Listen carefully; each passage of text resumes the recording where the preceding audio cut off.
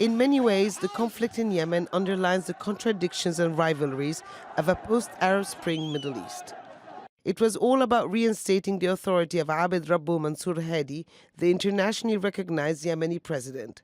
He had risen to power after the popular uprising in 2011, taking over from his boss, Ali Abdullah Saleh, who had led the country for 3 decades. Hadi struggled to impose his authority in a country riddled with poverty, the spread of armed groups and corruption. He also couldn't fend off the rising influence of the Houthis, who had taken control of the northern province of Saada and the capital Sana'a. Once at odds, the Iranian-backed Houthis and deposed President Saleh, who still had the support of many in the military, became allies and were planning a total takeover of the country. But more than 2 years later, neither side appears close to achieving a military victory, and the political cards are being shuffled once again.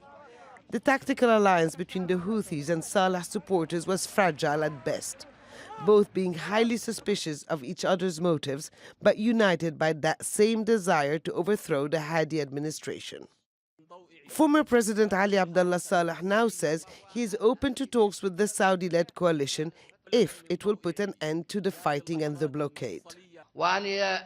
They need to lift the blockade and open the airports and allow food and medicine into the country. We will open a new page for them for dialogue. What is happening in Yemen is enough.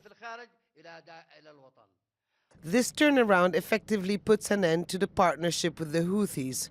Their leader criticized the move as an attempted coup by Saleh. He's very charismatic in the way that he knows how to actually go out of his way, change 180 degrees, and be very pragmatic in who he goes into a coalition with. And that he showed that once again. If it suits him, if the timing is right, he will do what is necessary to remain in power. It's about regime security, and he's very good at that. The problem with the Houthis is that they're an ideological player. So they do have a clear belief system. They believe in something. They have an ideological objective they want to achieve, and Saleh doesn't have that. For Saleh, it's purely about interest, and it's about establishing or maintaining his power base. As president, Saleh was a close Saudi ally and fought the Houthis several times. He's also known as a man of great survival acts.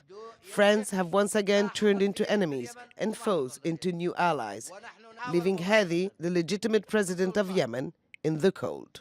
Huda Abdelhamid, Al Jazeera.